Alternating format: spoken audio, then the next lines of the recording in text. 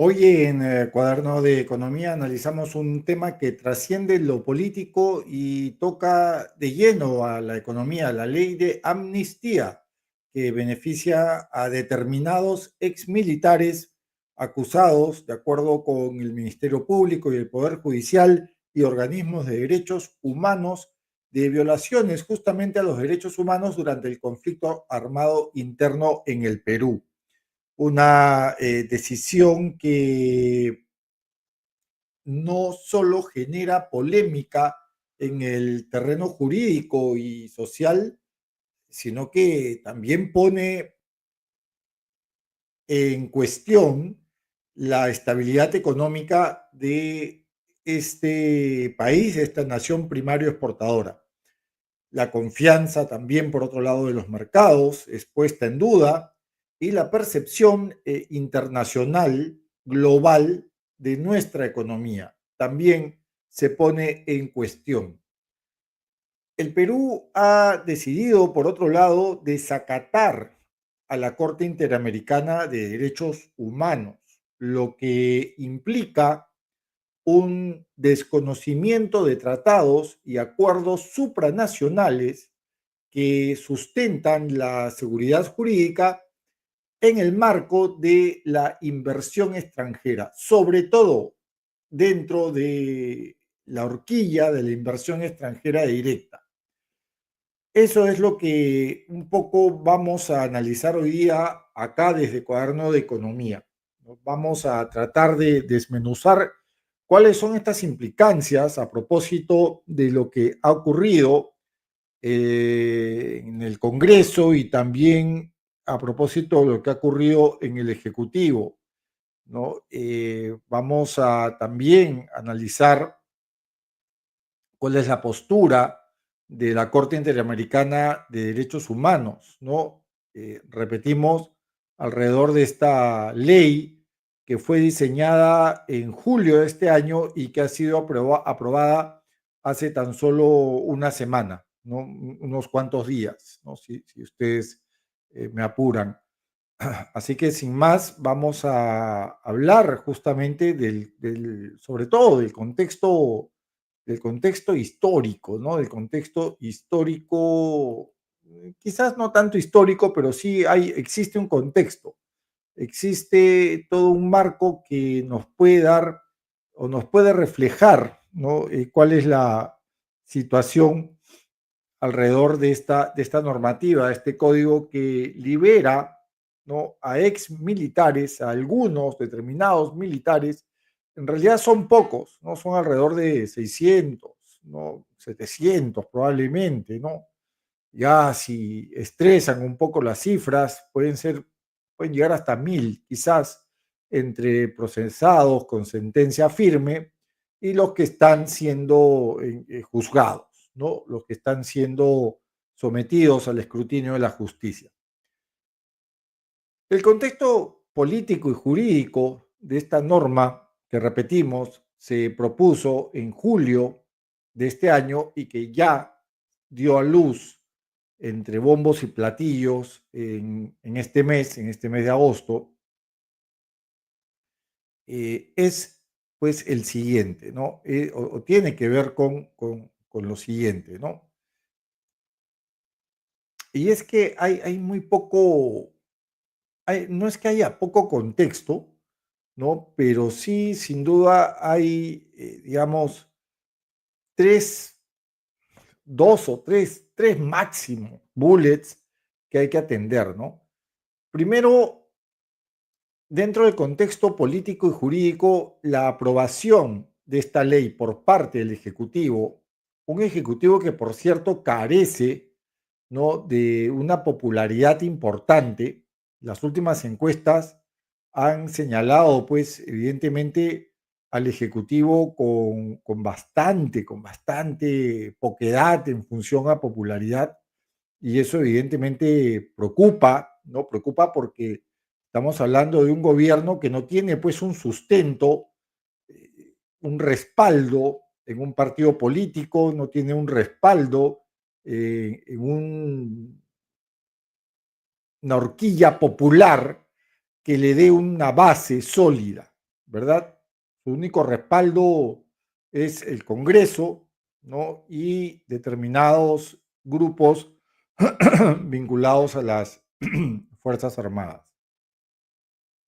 Entonces decíamos que ese es el escenario, ¿no? Un escenario de un ejecutivo pues maltrecho, ¿no?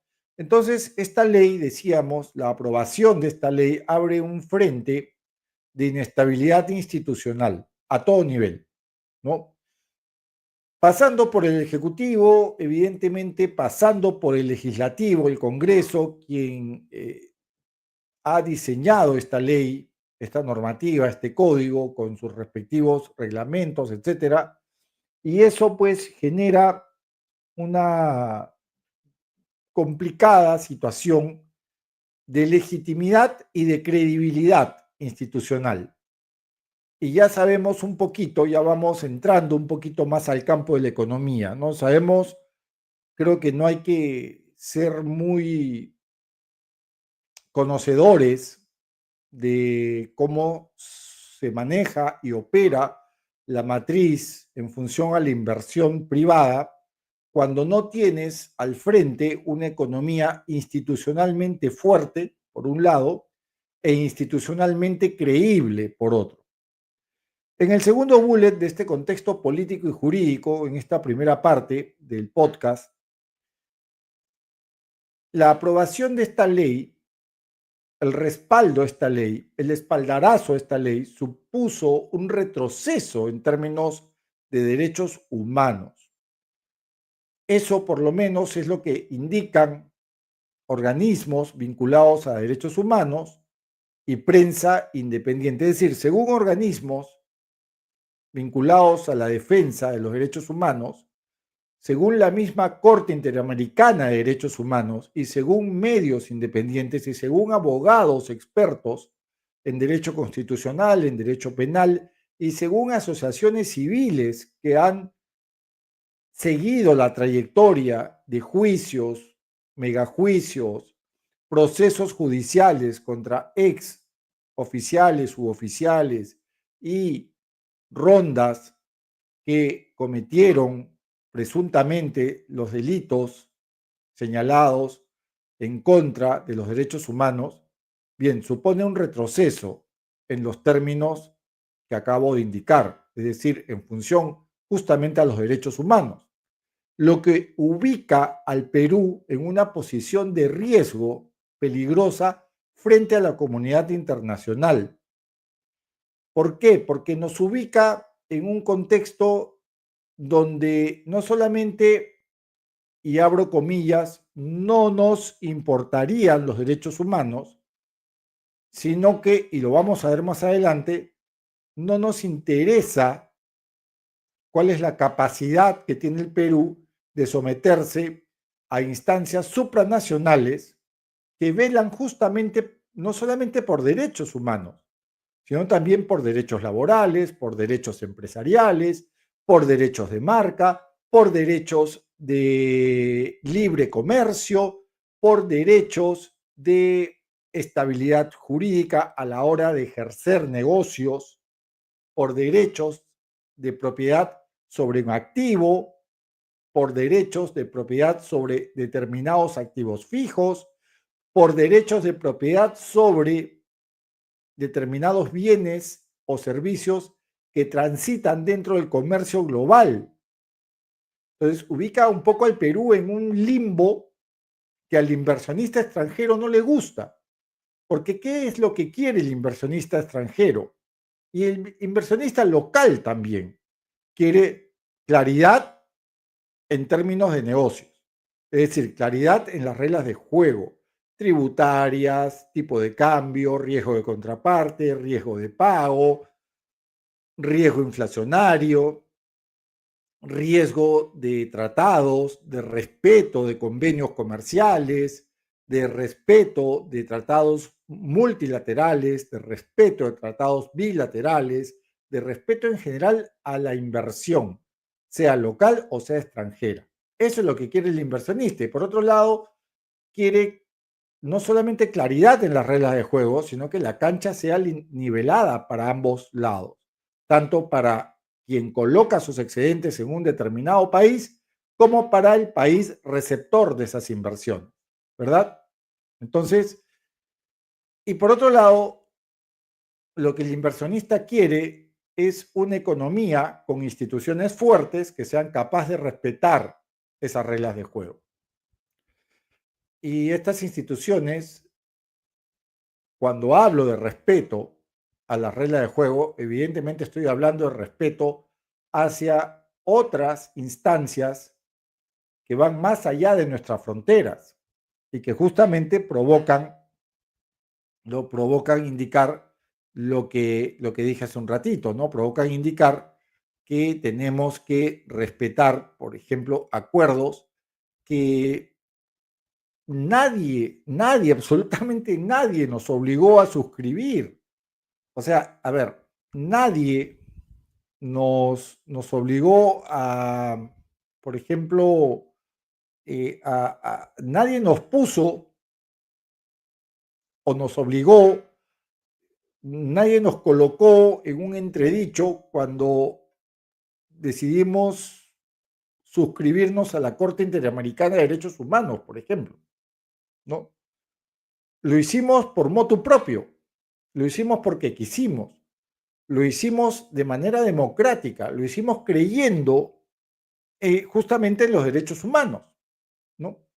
Entonces, ese argumento de que estamos sometidos, de que bajamos la cabeza frente a una instancia supranacional, de que somos un país soberano, de que ellos están cometiendo más bien una injerencia. No, no es así. Nadie nos, repito, por tercera vez, nos obligó a suscribirnos a esta instancia. Y es más, esta instancia permite a los empresarios contar con una determinada seguridad al momento de invertir en un país, sean empresarios locales o sean empresarios extranjeros. ¿Por qué? Porque esto permite que el país receptor, el país anfitrión de la inversión, sea una economía segura para invertir. Y el inversionista evidentemente se va a sentir cómodo, se va a sentir a gusto, se va a sentir seguro. Como dije hace un ratito, se va a sentir que tiene un mercado al frente con reglas claras en función a tributación, riesgo de inflación, riesgo de contraparte, etcétera. Y también se va a sentir seguro en función a que el país anfitrión, el país vientre que le da cabida a su inversión, es un país confiable. Entonces, cuando tú tienes reglas de juego, ¿no?, y claridad en un mercado, y por otro lado tienes reglas de juego que no solamente son claras, sino que están garantizadas por un Estado con instituciones fuertes y que respetan tratados, bueno, no vas a dudar en invertir en ese Estado, en esa nación, en ese país, en esa economía, ¿no? Entonces, creemos que es importante señalar ello. Y el desacato a la Corte Internacional de Derechos Humanos envía justamente un mensaje. El país no reconoce compromisos internacionales firmados, sellados, lacrados, ratificados. Es decir, estamos a nivel de qué países. De Venezuela, estamos a nivel, pregunto, no afirmo nada. ¿Estamos acaso a nivel de países como Venezuela, que no reconoce tratados supranacionales con instancias supranacionales? ¿Estamos a nivel de Cuba? ¿Estamos a nivel de Nicaragua? O sea, todos aquellos que salían allá por el 2021 con sus camisetas de Perú gritando fraude, fraude, ayuda, fraude. O sea, todos esos que salían gritando que el Perú se iba a convertir en Venezuela si salía determinado candidato, ¿no? Que Perú se iba a convertir en Cuba, o los que te gritan ándate a Cuba por pensar distinto, sin ser de izquierdas, sin ser ideológicamente de izquierdas. ándate a Cuba, ándate a Venezuela a ver si eres feliz. Todas esas personas que gritaban que nos íbamos a convertir en Venezuela, bueno, les cuento algo. Al desacatar una instancia supranacional como la Corte IDH, bueno, te cuento, tú, patita de Miraflores, tú, mamita linda de Chacarilla, que salías a marchar ahí con tu polo de Perú, ¿no? Tu polo de fútbol, ¿no? Tu polera, tu t-shirt de Perú. Te cuento algo, nos hemos convertido en Venezuela, y no por un pillo, porque es un pillo, ¿no? Que usaba sombrero, un sombrero horroroso, por cierto, ¿no? Nos hemos convertido en Venezuela, no por él, sino por la gente que en estos momentos está gobernando, ¿no? Y es la gente que también gritaba fraude, por cierto, ¿no? Bien, entonces, esos son los contextos, esas son las circunstancias, ¿no? Entonces, todo este entorno, todo este ecosistema, todo este enmarañado y maltrecho hábitat o escenario se traduce en un deterioro de la seguridad jurídica, que es, en resumidas cuentas, no obstante lo que hablé hace un ratito, una dimensión esencial para para la inversión, sea esta local de Perú, con inversionistas peruanos importantes, con fondos peruanos importantes, con fondos de capital de riesgo peruanos importantes y también con fondos del extranjero, ¿no? ¿Cuál es el impacto en la economía y en los mercados? ¿Cuál es ese impacto que puede afectar y que no nos deja dormir en muchos casos, ¿no? Sobre todo a los economistas que estamos, digamos,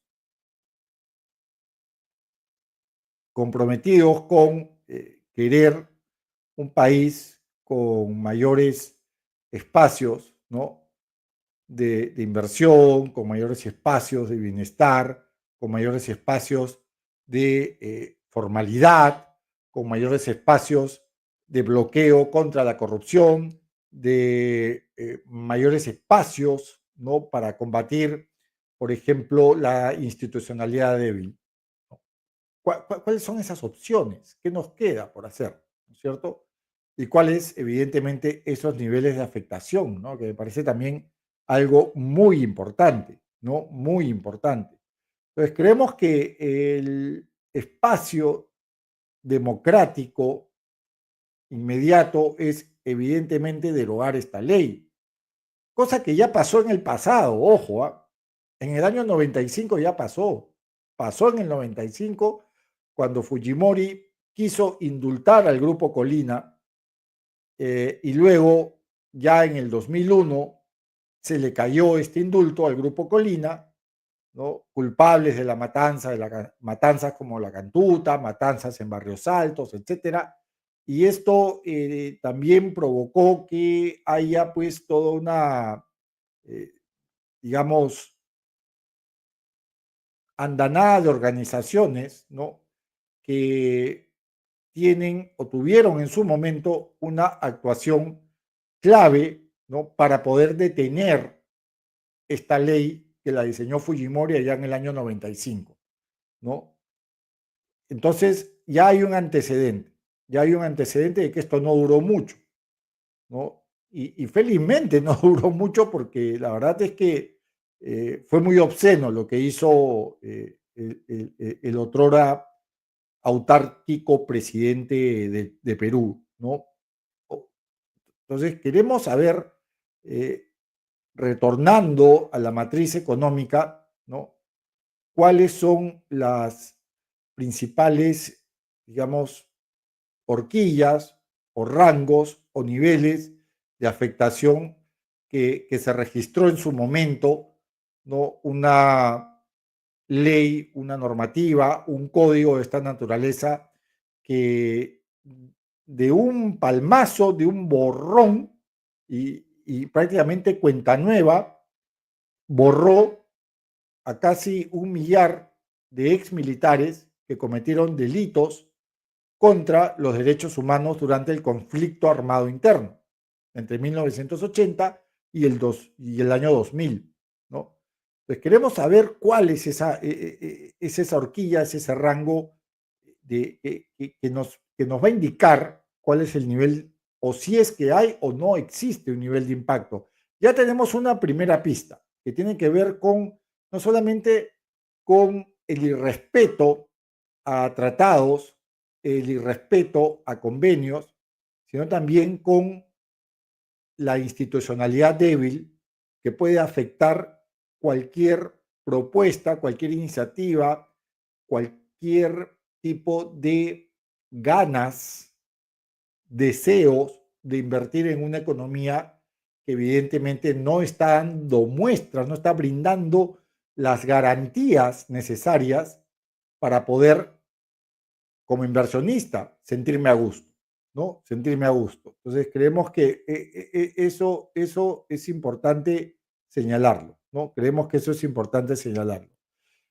A ver, vamos a analizar el impacto de la economía. Por ejemplo, empecemos por el tema del riesgo país, ¿no? ¿Es posible que aumente? Puede ser, puede ser.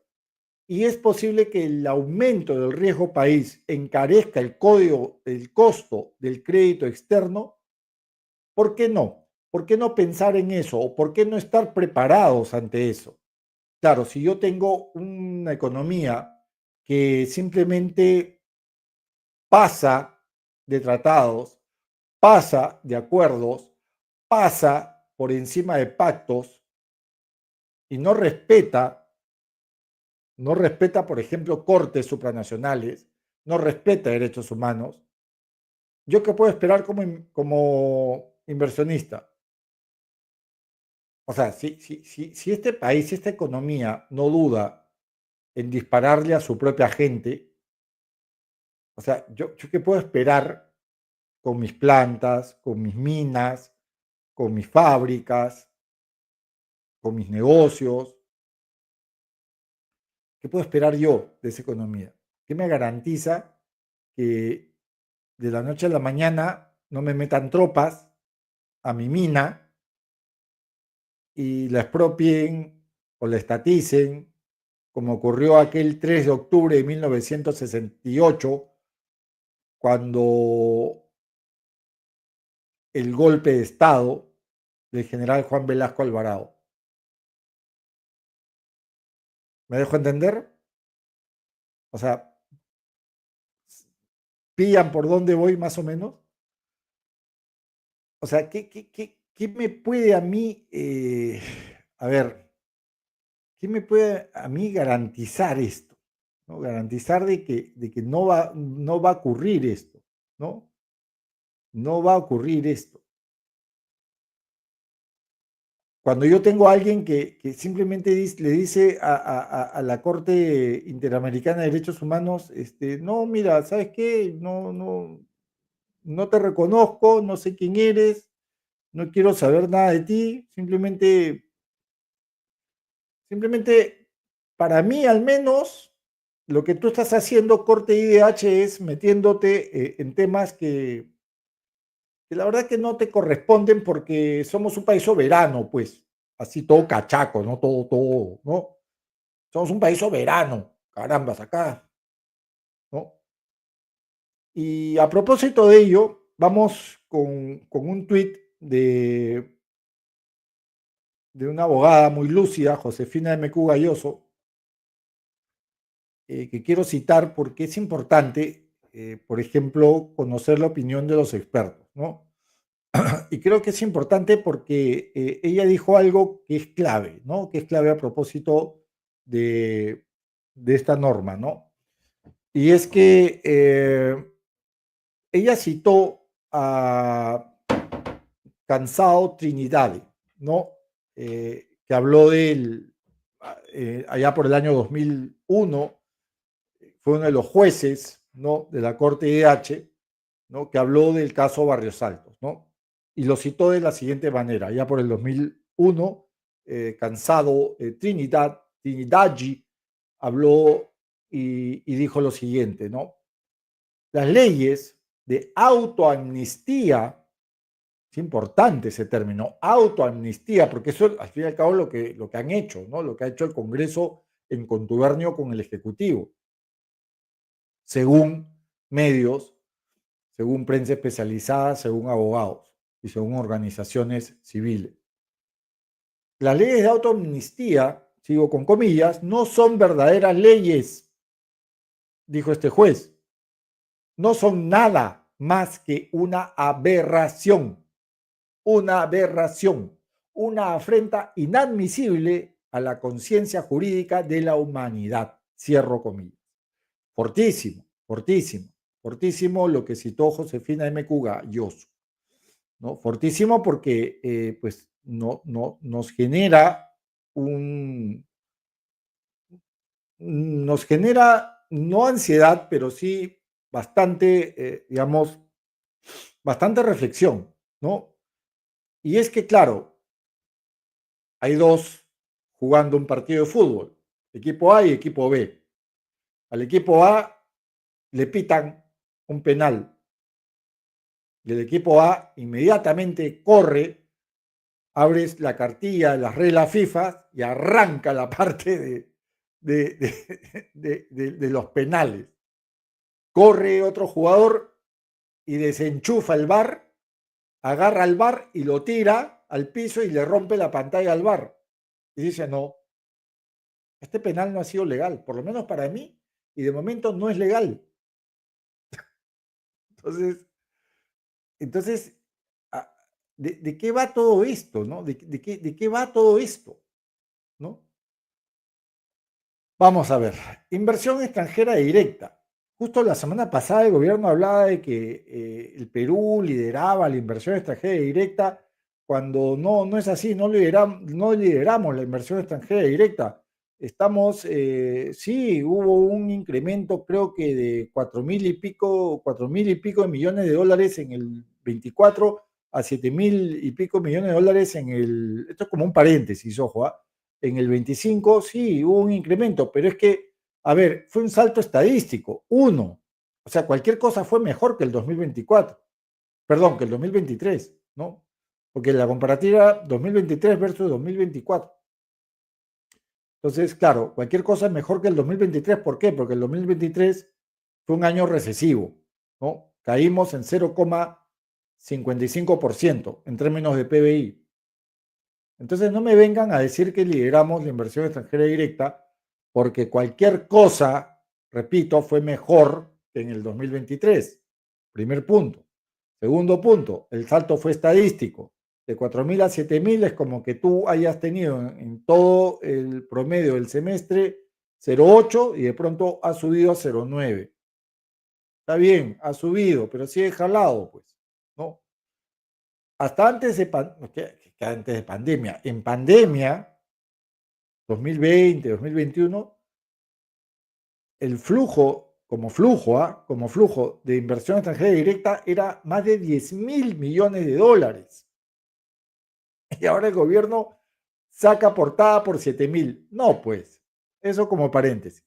Cierro paréntesis. Bien, el impacto en la economía y los mercados en términos de IED, inversión extranjera directa, los inversionistas, claro, priorizan economías o países con marcos legales estables.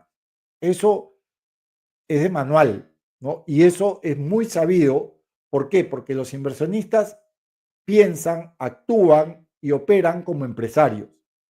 Y como empresarios, ellos registran, diseñan o construyen una matriz de riesgo. Y si sus marcos legales estables no lo son en determinado país, en determinada economía, su matriz de riesgo le va a indicar de que ese país no. Si Perú aparece como un Estado que no respeta tratados internacionales, la pregunta cae de madura. ¿Habrá fuga de capitales? ¿O habrá postergación de proyectos? Preguntamos nomás, no afirmamos. Vamos a un tercer bullet, los mercados financieros. ¿Qué pasa con los mercados financieros? ¿Qué pasa con el sol peruano? ¿Qué pasa con la bolsa de valores para los que son bolseros? Yo no soy bolsero. Para mí la bolsa no es barómetro de nada, no es termómetro de absolutamente nada. Y menos en el Perú. Pero supongamos, para los que son bolseritos, ¿ya? ¿Qué pasa con el sol peruano? ¿Qué pasa con la bolsa de valores? ¿Acaso pueden enfrentar, preguntamos nuevamente, volatilidad ante percepciones de mayor riesgo político? Porque es un riesgo político al que nos enfrentamos al no acatar no órdenes, no fallos, sino recomendaciones de organismos supranacionales, al que tú, como empresario, en algún momento, al que tú, como ciudadano, en algún momento vas a recurrir cuando acá no encuentres justicia. Ojo, cuando el Perú no encuentre justicia, ¿dónde te vas a ir? Compadrito, comadrita, ¿a dónde te vas a ir? Cuando el banco te quiera quitar tu casa sin ningún motivo, cuando un gobierno te quiera quitar tu empresa, por más pequeña que sea, por más pyme que sea, sin ningún motivo, ¿a dónde te vas a ir? A ver, pongámoslo así, un escenario. Sube un gobierno de izquierdas y te quiere expropiar tu casa de playa y has cubierto todas las instancias legales posibles. Tu casa de playa en Asia, con tus dos camionetones. Una vida espectacular, la tuya. ¿Qué vas a hacer? ¿A dónde vas a ir? Ya agotaste todo. Imagínate que Perú sea pues la Bolivia de Evo Morales. ¿Ya? Un gobierno de izquierda, corrupto, narcoestado. Bueno, no, digamos, no estamos muy lejos del ejemplo. Pero bueno, un gobierno de izquierda te quiere quitar todo lo que tú has logrado con sangre, sudor y lágrimas, como empresario honesto, pagando tus impuestos. Y te lo quiere quitar porque le da la gana, porque se lo quiere dar al primo, del hermano, del amigo, del funcionario que trabaja para el chofer del ministro, para el Diosdado Cabello que habría en ese momento en el Perú. ¿Ok? Suponiendo que un Maduro gobierna en el Perú. Agotaste todas las instancias locales, todos los juzgados, civiles, penales, ¿no? Juzgados especiales, juzgados superiores, Corte Suprema. Te fuiste hasta el Tribunal Constitucional, donde todos, según tú, son rojos, son rojetes, lo que quieras. Ya votaste todo. ¿A dónde te vas a ir? Cuando ya te saliste de la Corte de IDH, te saliste del Pacto de San José, te saliste del Pacto de Roma, te saliste de la Haya, te saliste, en fin, te saliste de todas las cortes globales, del CIADI. ¿Qué vas a hacer? Hay un tema muy importante, ¿no? Entonces, mucho cuidado, pues, ¿no? Mucho cuidado con eso porque efectivamente eso puede golpear tu matriz de riesgo como empresario, ¿no? Como empresario, eso evidentemente puede golpear no solamente tu matriz de riesgo, puede golpear también tu matriz comercial, tu matriz financiera, golpear también tu estabilidad, puede someterte a un riesgo de impago, vale decir un riesgo de contraparte. ¿Qué pasa si emites bonos, si emites deuda en el mercado financiero?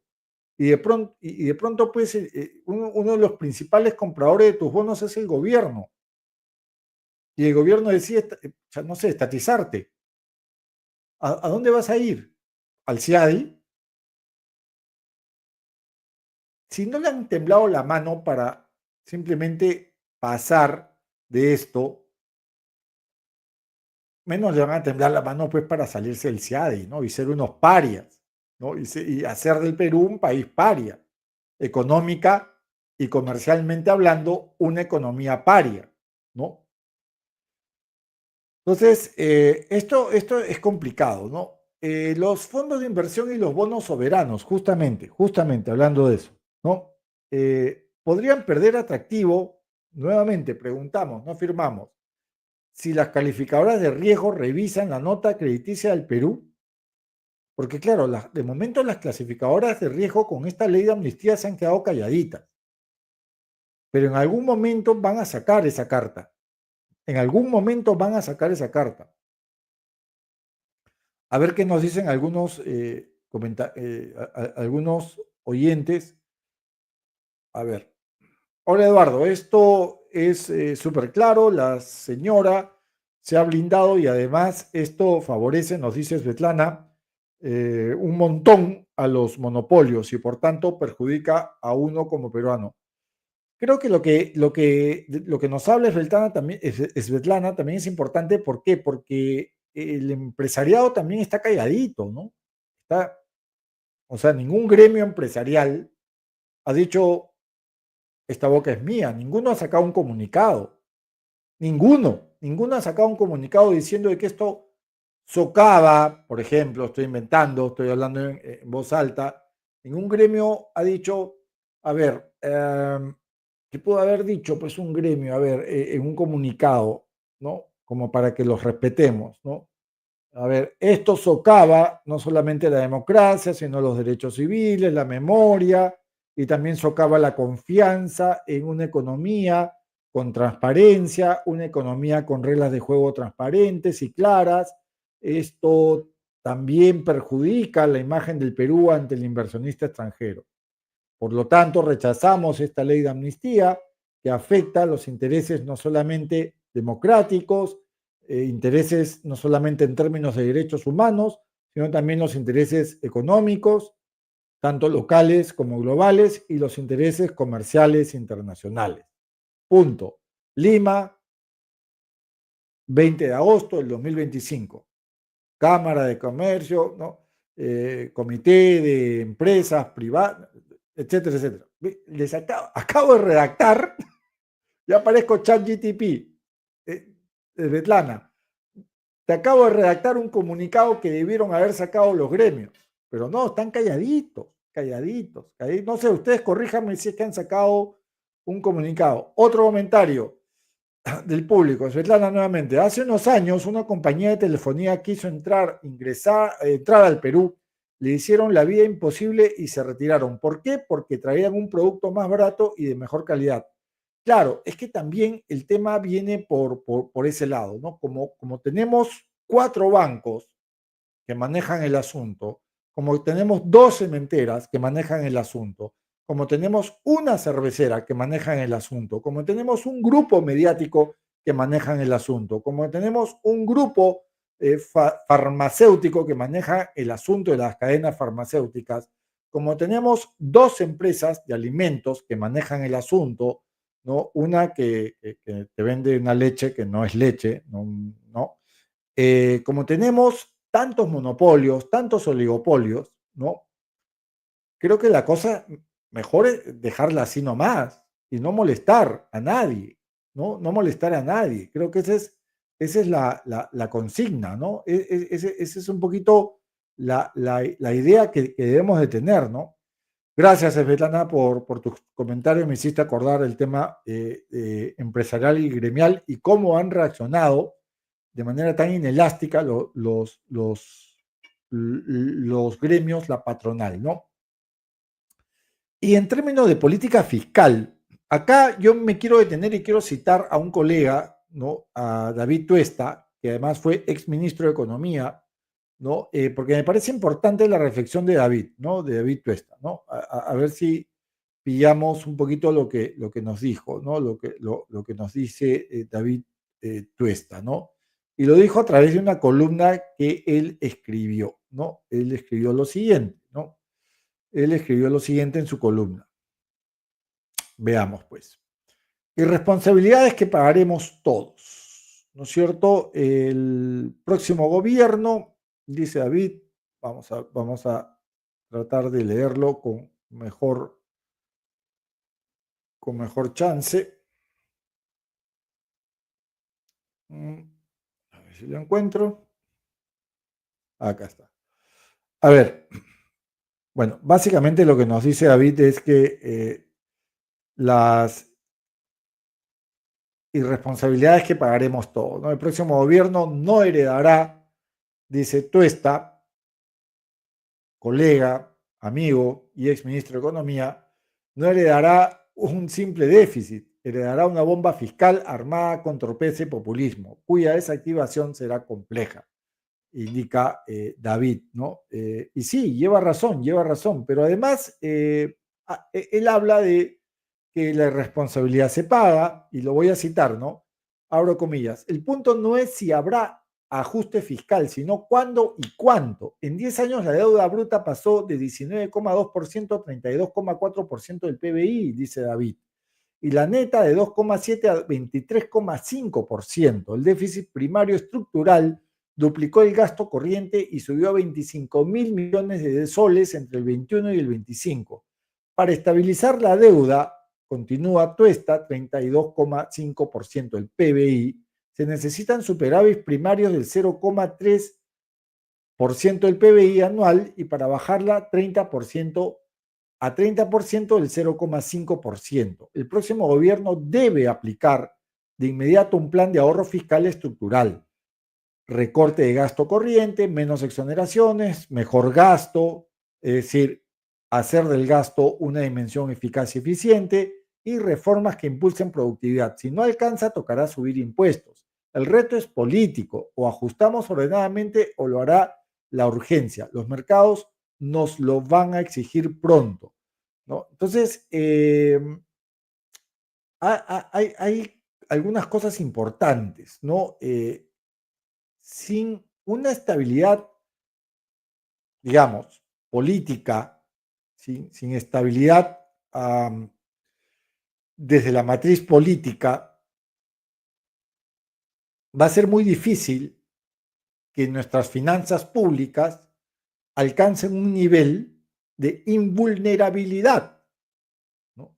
Y es lo que estamos viviendo. No tenemos una estabilidad, digamos, lo suficientemente sólida desde lo fiscal, desde lo político, para poder obtener justamente lo que habla David, ¿no? Un menor nivel de deuda, un menor nivel de déficit fiscal, mejorar nuestro gasto, ok, hacerlo más austero. Ahí sí no estoy tan de acuerdo con David, pero sí en lo que estoy alineado con David es en provocar mejores espacios de eficiencia y de eficacia dentro de la matriz de gasto. Pero con una inestabilidad política, con un gobierno que no respeta tratados, que no respeta convenios, que no respeta pactos, ¿no? Y con un gobierno que no respeta además la memoria de un pueblo herido, asesinado, secuestrado, matado, violado, ¿no? Es muy difícil lograr, digamos, contar desde lo fiscal con metas sólidas. Si a eso le sumas que no vamos a contar, que nada ni nadie nos asegura que podemos contar con una inversión ya desde lo privado, ya no desde lo público. Es decir, nos vamos un poquito más allá de la narrativa de David Tuesta. Hablemos y por qué es importante este punto. Si ya no podemos contar con una actividad privada robusta, es que no podemos contar entonces con una caja fiscal robusta. Y si no contamos con una caja fiscal robusta, ahí sí entramos en el terreno de David Tuesta, en el terreno de las finanzas públicas, en el terreno de la política fiscal robusta, un sector fiscal robusto, que busque justicia fiscal, por ejemplo, con mejores impuestos. Es decir, si A no invierte, A no paga impuestos. Y si no se paga impuestos, no hay caja fiscal. ¿Y por qué A no invierte? Porque A no le da garantía. Un país que no respeta instituciones ni locales, como el Poder Judicial, y tampoco respeta instituciones foráneas. Instituciones foráneas a las que se ha metido él, el país. Nadie lo ha obligado. Entonces es importante esto, ¿no? Y no solamente nadie lo ha obligado, sino que dentro de esta trama de la ley de amnistía, y hay que decirlo, ¿no? Y ya lo vamos a detallar más adelante, eh, ya con la voz de especialistas, ¿no? Según especialistas, vamos a encontrar que en realidad no es tanto que quienes están en contra de la ley de amnistía la están montando contra las Fuerzas Armadas, nada de eso, porque durante el conflicto armado interno hubo dos clases de soldados.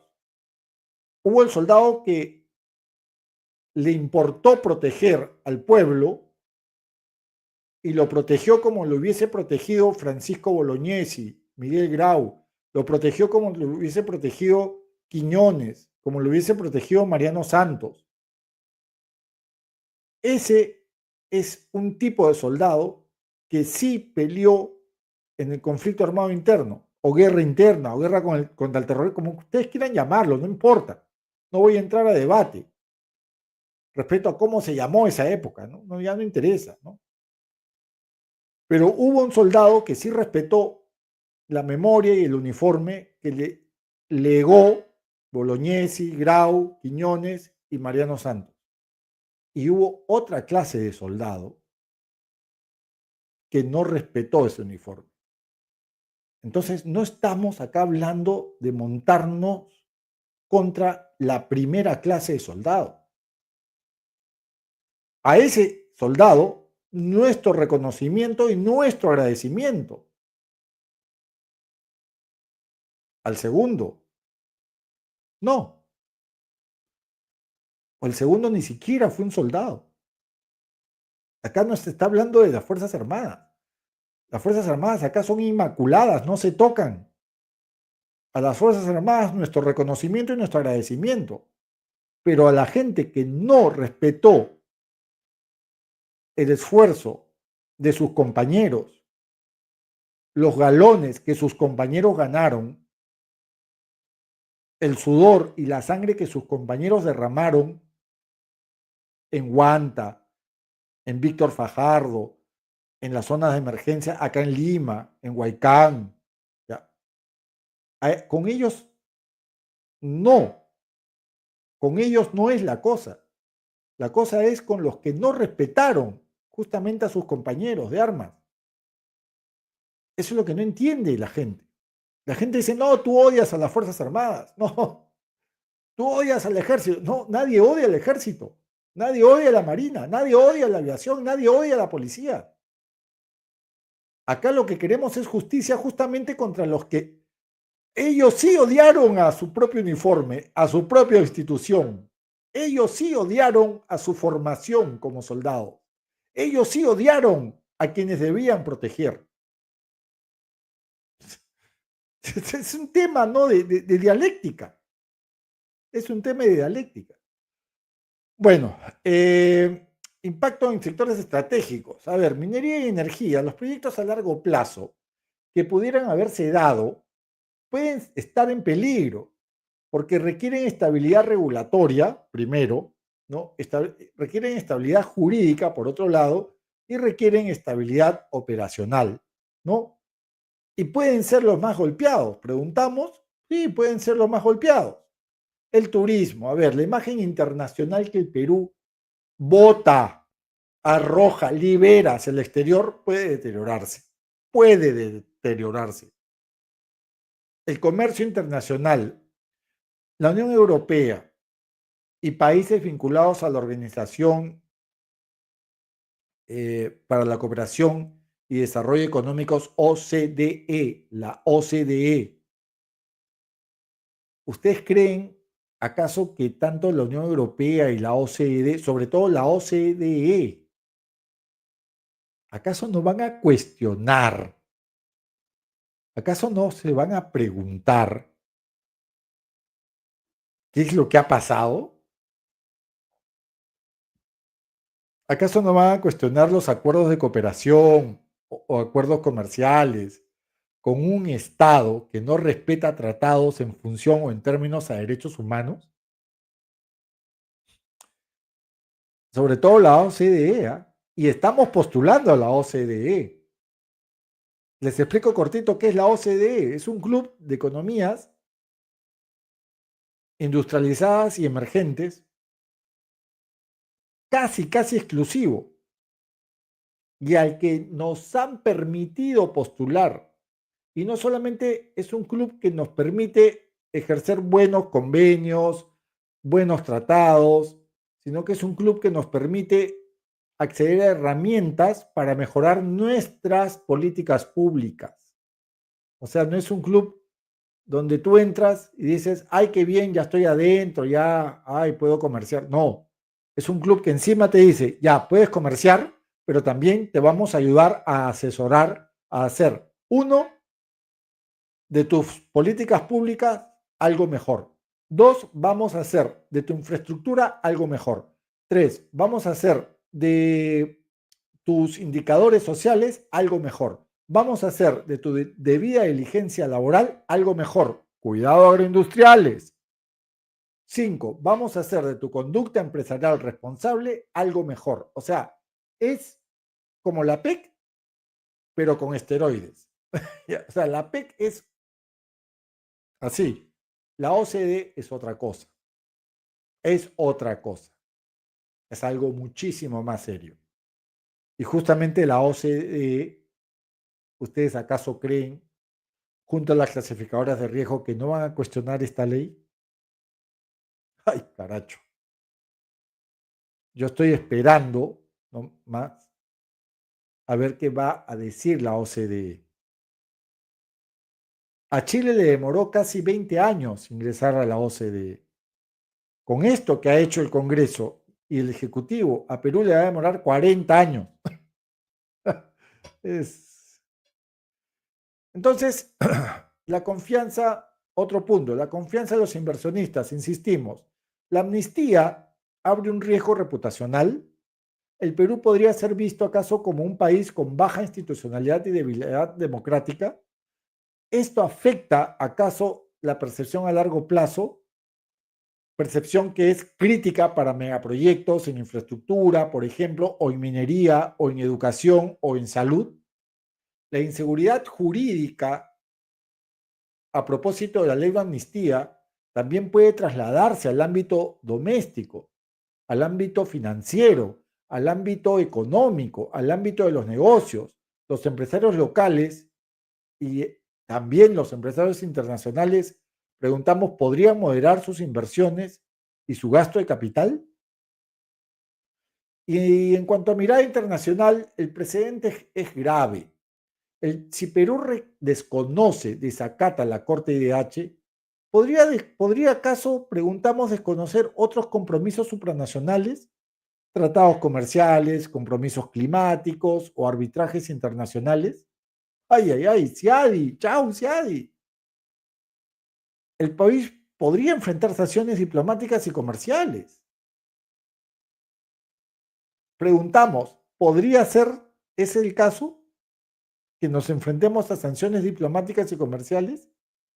Y en términos de reputación, el Perú pasaría a integrar una lista de países con bajo respeto a la institucionalidad como Cuba, como Venezuela, como Nicaragua, reduciendo su competitividad frente a economías emergentes, a otras economías emergentes. O sea, a ver, yo tengo, a ver, acá a la derecha tengo a Chile, donde sí respetan tratados, ¿no?, supranacionales. Ah, ok, me da garantía. Y tengo al otro lado, tengo a Perú, donde simplemente pasan de ellos, por no decir otra palabra más grosera. ¿A quién escogen al final? ¿No? Complicado, ¿no? Bueno, antes de cerrar, algunos anexos o algunas reflexiones, ¿no? Algunas reflexiones que me parecen importantes, ¿no? A ver, la ley de amnistía que beneficia a exmilitares, a determinados exmilitares, policías y miembros del Comité de Autodefensa implicados en violaciones a los derechos humanos, fue aprobada el 9 de julio, entre el 7 y el 9 de julio de este año, ¿no? Y fue promulgada por la presidenta Boluarte el 13 de agosto, ¿no? Es decir, hace una semana prácticamente, ¿no? Ahora, ¿cuántos exmilitares, policías y miembros del Comité de Autodefensas van a verse beneficiados? Olvidémonos de las cifras del Ministerio de Justicia, porque la verdad que es el Ministerio de Justicia, pero creemos que es importante, ¿no? El Minjus habla de alrededor de 1.000 personas. En realidad no son muchos los militares y policías y ex miembros de los comités de autodefensas. Pero Reuters y Noticias Fides y Animal Político hablan de 156 casos con sentencia firme y más de 600 procesos en curso, casos que quedarían en impunidad o suspendidos, ¿no? Nuestra interpretación es que el Minjus habla de un impacto genérico, en realidad, ¿no? Y que en cambio organismos de derechos humanos, como la CNDDHH y APRODE, sí visibilizan el efecto sobre, por ejemplo, casos judiciales. 150 sentencias pasarían a ser inaplicables, por ejemplo, y más de 600 juicios en cursos quedarían cancelados, ¿no? Y lo que refleja, ¿no? De acuerdo con Animal Político, un retroceso en el acceso a la justicia, sobre todo para las víctimas, ¿no? Sobre todo para las víctimas. Y esto, evidentemente, preocupa mucho, ¿no? Acá voy a compartir con ustedes algunos cuadros, ¿no? Que creo que serían importantes tomarlos en cuenta, ¿no? Al momento justamente y a propósito de lo que estamos hablando, ¿no? A ver, ¿y cuál es la postura de la Corte IDH? La Corte IDH ha adoptado una postura muy clara, muy firme frente a la ley de amnistía. La considera como una amenaza al derecho a la justicia, viola, dice la Corte IDH, estándares interamericanos y debe ser suspendida inmediatamente, de forma inmediata, hasta que se someta a examen el impacto, su impacto como ley, en casos emblemáticos, por decir algo, tales como Barrios Altos y La Cantuta, ¿no? Además de otros casos, evidentemente.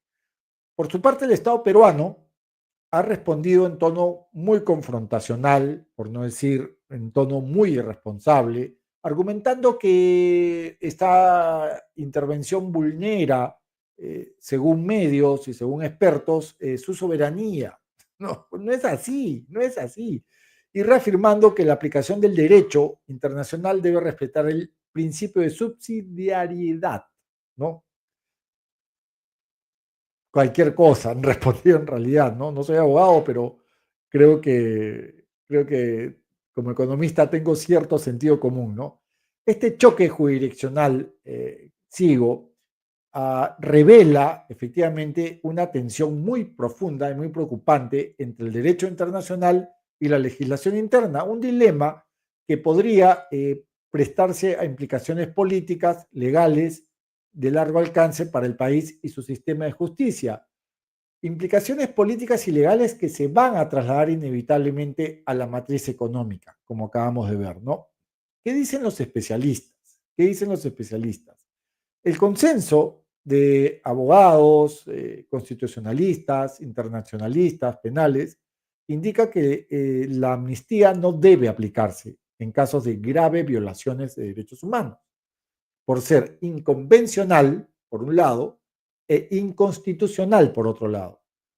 Lo segundo, sí podrían ocurrir aplicaciones puntuales, pero hay bases sólidas, como por ejemplo el control difuso, ¿no?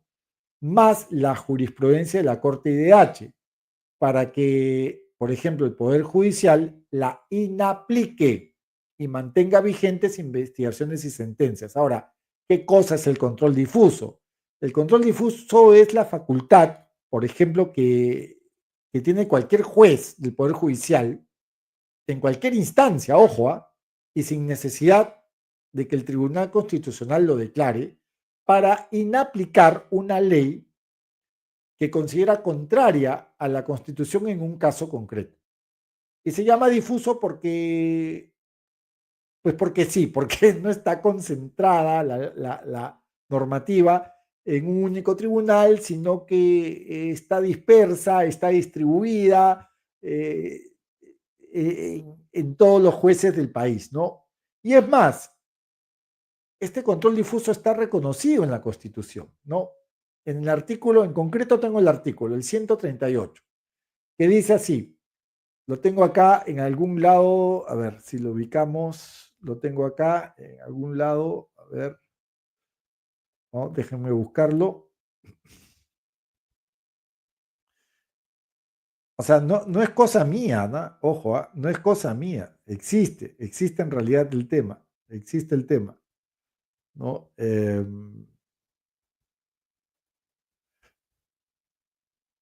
A ver, vamos a ver, existe el tema. Ahorita lo encontramos, un ratito. Ahorita lo encontramos. Acá está. Bueno, mientras tanto, comparto lo que dijo un especialista, ¿no? A propósito de la ley, ¿no? Bueno, a propósito del control difuso, perdón, del artículo 138 de la Constitución, alrededor del control difuso dice lo siguiente: en todo proceso de existir incompatibilidad entre una norma constitucional y una norma legal, los jueces optan por la primera o prefieren la primera, ¿no? Y hay un ejemplo histórico en el Perú, hay un ejemplo histórico, ¿no? En el 2021, en el caso Barrios Altos, donde el grupo Colina, ¿no?, ingresó a una pollada asesinando a todos, creyendo que eran terroristas de Sendero Luminoso, incluso mataron, asesinaron a un niño de 8 o 9 años. La jueza Antonia Sakikurai usó el control difuso para inaplicar la ley de amnistía del 95, aprobada durante el gobierno del autarca Alberto Fujimori, lo que permitió que se reabrieran juicios por violaciones a derechos humanos de militares, ¿no? Y decantó esto en que esa ley de amnistía se vea anulada, ¿no? Así que no canten victoria los que están a favor de la amnistía, no canten victoria, que esto puede repetirse, ¿no? Entonces, vamos un poquito a hablar, bueno, Dino Carlos Caro, el doctor Caro Coria dice, es altamente probable que los jueces inapliquen la ley de amnistía por inconstitucional y anticonvencional. Es decir, el doctor Caro está hablando, de acuerdo con Pasión por el Derecho, justamente de eso, ¿no? Del control difuso, ¿no? Entonces, quiero enseñarles un cuadro, ¿no? A modo de reflexión, ¿no? A modo de reflexión de lo que pasó o de lo que básicamente significó, ¿no? Las víctimas de violaciones a los derechos humanos atribuidas a las Fuerzas Armadas. Entonces, se habla de 20.000 de acuerdo con datos de la CBR, ¿no? De acuerdo con los datos de la CBR, ¿no? Es decir, de 70.000 víctimas alrededor fatales, ¿no? Eh, es evidente que Sendero Luminoso perpetró alrededor del 46% de estas lamentables víctimas, ¿no? Pero hubo una responsabilidad ya por parte de las fuerzas del orden, ¿no? En este caso de las fuerzas del desorden, ¿no? Donde se cometieron actos de violaciones contra los derechos humanos, ¿no? Por parte de agentes del Estado. Y esto hay que destacarlo, ¿no? Hay que destacarlo, ¿no? ¿No? Donde se incluyen muertes, desapariciones, ¿no? Directas, ¿no? Ejecuciones, desapariciones, torturas y violaciones sexuales, ¿no? Entonces, pero insistimos que en realidad y en concreto, no estamos hablando pues, de muchos casos, ¿no? Y vuelvo a mi reflexión inicial, ¿no? Yo no creo que estas personas que hayan cometido estos actos hayan sido militares de verdad. Más bien han sido antimilitares o paramilitares.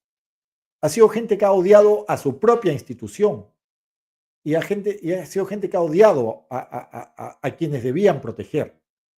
Más bien, yo pienso que un buen militar, un buen marino, un buen aviador y un buen policía debería estar en contra justamente de estos, entre comillas, compañeros de armas, ¿no? Que hicieron de los peruanos más excluidos, de los peruanos más pobres y de los peruanos más olvidados, carne de cañón. Yo creo que el verdadero oficial, el verdadero caballero oficial del ejército, sea el arma de caballería, infantería, artillería, ingeniería, comunicaciones, abastecimiento o intendencia, lo que sea, igual el oficial de la Marina o el oficial de la aviación o el oficial de la Policía Nacional debería separar y deslindar de esta gente, ¿no? ¿No? Debería deslindar de esta gente, ¿no? Dante Albert dice, la patriótica ley de amnistía es una eficaz medida para dar solución política a los alcances de la guerra contraterrorista en beneficio de los veteranos de guerra y pacificación nacional. Maravilloso. Dice, felicitaciones al valiente congresista Fernando Rospigliosi, excelentísima presidenta Dina Boluarte y digno Congreso, y felicitaciones por la promulgación de la patriótica ley de amnistía. Dice Dante Albert. Dante Albert, ¿ese es tu nombre? Dante Albert. Toda medida como ley de amnistía, dice Dante Albert o Albert, que repare la injusticia que se cometió en agravio a los policías civiles y militares que combatieron y derrotaron, debe ser otorgada. ¿Ok? Luego dice, la ley de amnistía se otorga a los veteranos encausados, procesados y sentenciados. Bueno, mira tú. Por tanto, no se mezcla a los héroes y defensores de la democracia. No se tiene que deslindar con nadie. A ver, yo no pienso como tú, Dante Albert, yo pienso más bien que yo sí estoy de acuerdo contigo en algo, en que hay héroes y defensores hubo héroes y defensores de la democracia durante el conflicto armado interno. No importa, como se llama, como quieras llamarlo. Guerra antiterrorista, guerra contra terrorista, bueno, como quieras. No, no hay que entrar en ese debate. Yo sí creo que hubo. Y a ellos todo nuestro agradecimiento y todo nuestro reconocimiento. Lo que yo opino como ciudadano, porque todavía tenemos libertad de prensa y libertad de opinión, es lo siguiente, Dante Albert o Albert, que justamente lo que dije hace un ratito, todos los oficiales, ejército, marina, aviación y policía nacional, sí deberían deslindar de esta gente. Y con esta gente me refiero a los que realmente violaron los derechos humanos. Porque no solamente han insultado el uniforme que los verdaderos oficiales, los que se desangraron y los que dejaron sudor y lágrimas en Huanta, Víctor Fajardo, etcétera, y acá en Lima, pues en zonas como Huaycán, etcétera, ellos deberían sentirse traicionados por esta gente, por quienes violaron los derechos humanos, porque ellos sí fueron protectores, ellos sí fueron constructores de la democracia, Dante Álvarez. En cambio, los otros fueron destructores y no fueron constructores de la democracia. A ver, ¿qué me dices, Dante Álvarez? Estimado doctor Recoba, recuerde, gracias por lo de doctor, todavía no tengo mi doctorado, pero muchas gracias. Recuerde que la ley de amnistía tiene dos finalidades, la humanitaria para los culpables con sentencias inhumanas y la reparadora a los inocentes injustamente acusados. Lo que tú quieras. Yo no estoy diciendo acá de que todos ahí, no estoy metiendo acá a estos 156 o 600, que para mí es un número más realista que el del Minjus, con todo respeto, que todos son, digamos, que han sido procesados, pero te olvidas de algo, te olvidas de algo. Con tu argumento tengo un contraargumento. Que estos 156 más 600 primeros fueron procesados. Mira lo que te voy a decir, Álvaro, espero que estés sentado. Fueron procesados por el fuero militar. Fueron procesados por el fuero militar. No te olvides, te has olvidado de eso, ¿ah? ¡Ay, ay, ay! ¿Ya? Fueron procesados por el fuero militar y no solamente eso, ¿ya? Sino que muchos de ellos, Dante Albert, muchos de esos procesos, ¿ya? No fueron visibilizados. no fueron transparentados. Y eso está mal. ¿Sabes por qué? Porque el militar es un funcionario público y su nivel de escrutinio ante la opinión pública debe ser transparente, ¿no? Ese es un buen punto, ¿ah? Ojo, ¿ah? Fueron procesados por el fuero militar primero. Después ya fueron procesados por el fuero civil, como debe ser. Como debe ser. Pero fueron procesados en casa, pues, primero. ¿Ya? Mira, sobre la CBR dice Dante Albert, se dio por cierto las denuncias de terroristas arrepentidos y no se distinguió los caídos en emboscadas de las verdaderas víctimas. Yo he leído los 6 tomos de la CBR más los anexos, ¿no? Y sí, efectivamente, se apeló pues al tema de la colaboración eficaz en esa época, ¿no? La colaboración eficaz de los terroristas, ¿no? Pero también te olvidas de las víctimas, de las sobrevivientes, sobre todo las mujeres violadas, ¿no? Y sobre la CBR, pues ya eso haría para otro tema. Eso haría para otro tema, ¿no? En todo caso, te agradezco, Dante Albert, si ese es en verdad tu nombre, creemos, prefiero pensar que sí, ¿no? Te agradezco pues esta oportunidad del diálogo, ¿no? Eso es cierto, dice Dante Albert, el fuero privativo impartió justicia con la ley vigente, después en el 2000 la judicialización de los casos conllevó arbitrariedades y aspectos legales vulnerados. Sí, pues, en eso sí tenemos que estar de acuerdo, ¿no? Pero es importante indicar que primero fueron procesados por el fuero militar y eso fue casi a puerta cerrada, ¿no? Gracias a ti, Dante Albert, me da gusto poder discutir y debatir esto porque me parece que es importante el debate en momentos donde no existe, ¿no? Donde todo es, no, que tú, que yo, que todo y todo es insulto, ¿no? Gracias, Dante Albert, si es que eso es tu nombre, repito, con todo respeto, gracias. Muchas gracias por la oportunidad. Bueno, entonces tenemos estos aspectos, ¿no? Donde creemos que hay que añadir estas cuestiones del control difuso, ¿no? Es muy débil esta ley, siempre lo ha sido, ¿no? Siempre lo ha sido en términos de sostenibilidad legal, ¿no? No, acá no somos abogados, menos yo, mi padre y mi madre lo eran, fui un poco la decepción de ellos porque me dediqué a la economía, pero lo cierto es que acá pues hay un tema legal muy importante que afecta la institucionalidad judicial, la estabilidad jurídica, la estabilidad legal y afecta también a la economía. Nosotros esperemos equivocarnos a la última que no la afecte, ¿no? Y esperemos que esto se resuelva evidentemente desde lo legal, sobre todo por un tema de justicia para con las víctimas, ¿no? Para con las víctimas, que en último caso es lo que nos debería importar, ¿no? Es lo que debería importarnos, ¿no? Conclusiones.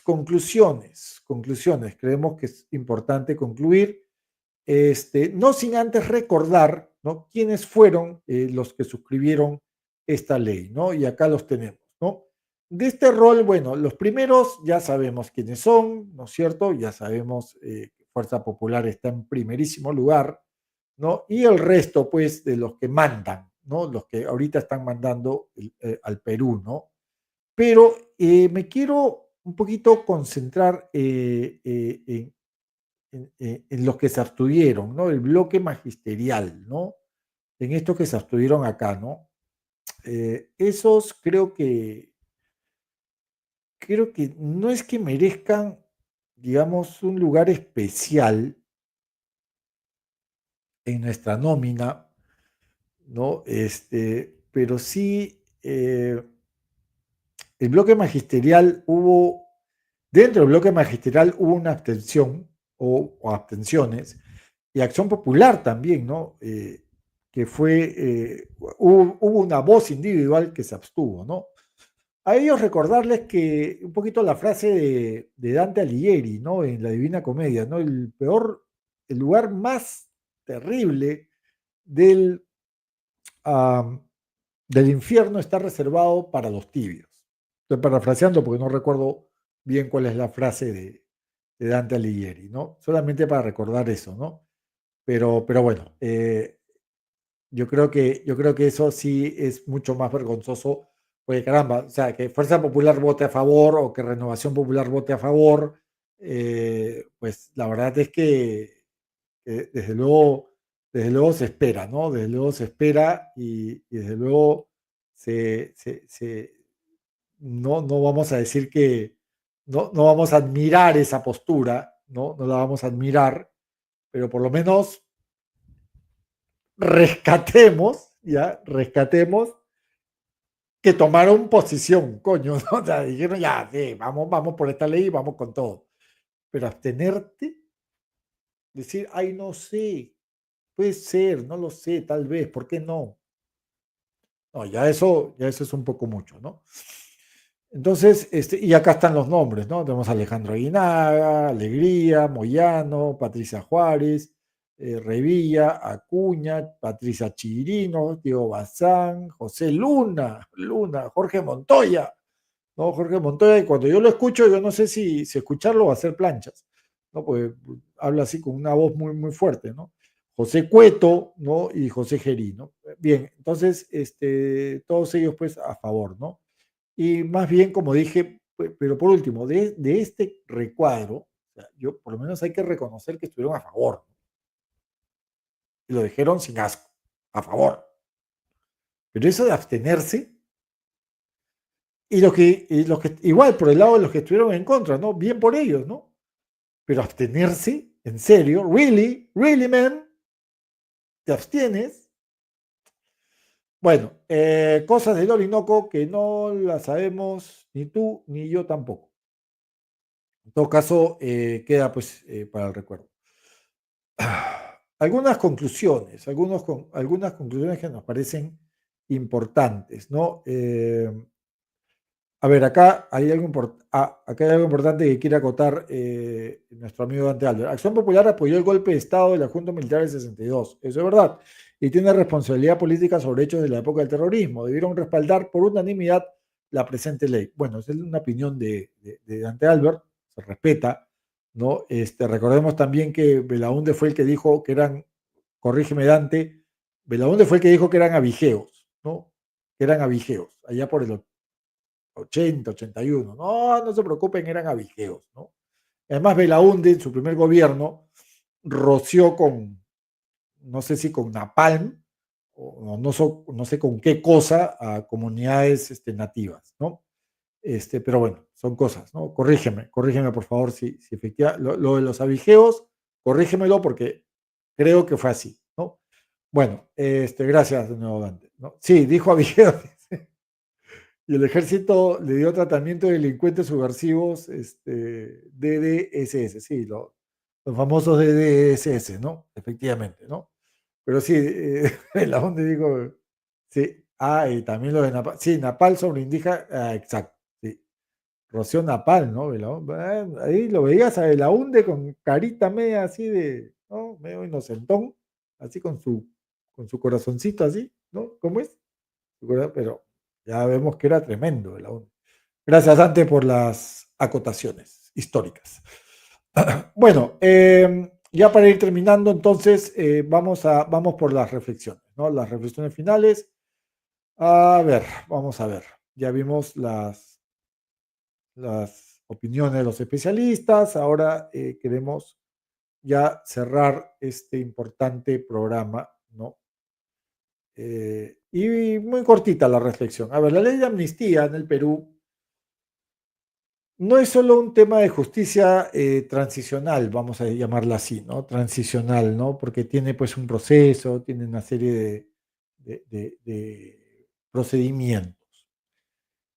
Tiene un impacto directo sobre la economía. Y este impacto se lee como confianza de los mercados y desde los mercados. Y en la inversión. El mensaje hacia afuera, en todo caso, es que el país no ofrece una seguridad jurídica plena. Eso es lo que nos preguntamos. ¿Acaso el mensaje hacia afuera no es que acaso ofrecemos seguridad jurídica plena? Lo cual puede incrementar riesgo país, calificación crediticia, postergar proyectos estratégicos. En un mundo globalizado, donde la confianza es el principal motor y activo económico de una economía, de un país, el desacato, preguntamos, a una corte puede ser una de las señales más nocivas posiblemente para el futuro financiero y de negocios de una economía primario exportadora como la nuestra.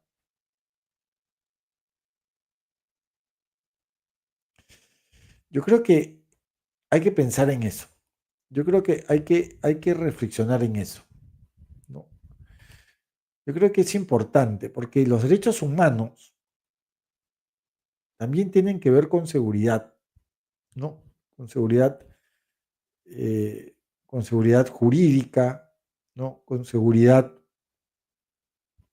en función a derechos, no solamente derechos humanos, sino también derechos empresariales, que también son derechos humanos, ¿no? El empresario, como sujeto y objeto de diseñar estrategias comerciales, estrategias financieras, estrategias operativas, como sujeto y objeto de negocios, también tiene derechos. Y esos derechos también pueden ser vulnerados en cualquier momento si nos encontramos en un entorno muy tóxico, ¿no? Desde los negocios, ¿no? Entonces, creemos que desconocer, por ejemplo, a la Corte Interamericana de Derechos Humanos significa enviar un mensaje muy riesgoso al planeta. Que este país, como Venezuela, como Nicaragua, como Cuba, no respeta compromisos y que los tratados pueden romperse porque sí, y que la democracia y los derechos humanos pueden ser negociables. En el corto plazo, esto puede traducirse en un mayor riesgo país, como dijimos, fuga de capitales, no lo sabemos, y desconfianza en los mercados. Pero en el largo plazo, y aquí viene lo importante, lo que realmente está en juego es la credibilidad del Perú como nación democrática y confiable. La economía necesita reglas claras. La economía necesita el respeto al Estado de Derecho. La economía necesita democracia. La economía necesita derechos humanos. Y necesita que estos derechos humanos no sean un obstáculo para el crecimiento, que son, al fin y al cabo, la base sobre la que se construye la confianza y un desarrollo sostenible, autosostenible y prolongado. El reto para el Perú es enorme de cara al 2026. Decidir si queremos ser un país que respeta la institucionalidad o uno que sacrifica su futuro económico y social por decisiones unilaterales que lo único que hacen es debilitar a la democracia, a la economía y sobre todo a la memoria de un pueblo. Muchas gracias.